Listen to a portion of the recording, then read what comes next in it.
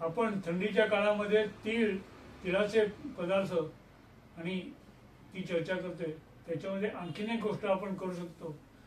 ती गोष्ट म्हणजे आपल्या घरामध्ये तयार होणारी तिळाची चटणी किंवा कारळ्याची चटणी।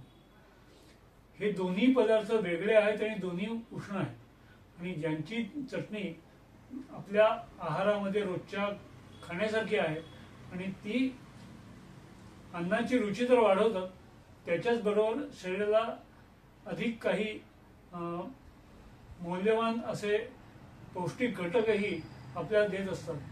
त्यामुळे तिळाची चटणी थोड्याशा खोबऱ्याबरोबर अशी करण्याने त्याचा उपयोग नक्की होऊ शकतो। तसंच कारल्याची चटणी ही थोड्याशा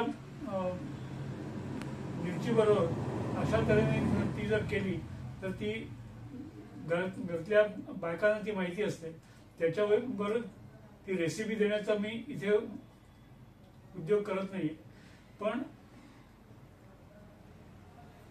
त्या दोन्ही गोष्टी या दिवसामध्ये खाण्यासारख्या आहेत आणि भाकरी बरोबर त्या आणखीन रुचकर लागतात। त्यामुळे भाकरीची गोडी वाढवतात आणि त्यामुळे आरोग्यासाठी सुद्धा काही ॲडिशन होऊ शकतं। पण लक्षात ठेवायचं, या डावीकडच्या गोष्टी आहेत, त्यामुळे त्या भाजीच्या जागी येत नाहीत। त्यामुळे या किती खायच्या ह्याच्यासाठी आपल्याला प्रमाण ठरवून द्यायला पाहिजे, नाहीतर ते उष्णतेचे विकार होण्याची शक्यता मात्र होऊ शकते अति खाल्लं गेलं तर।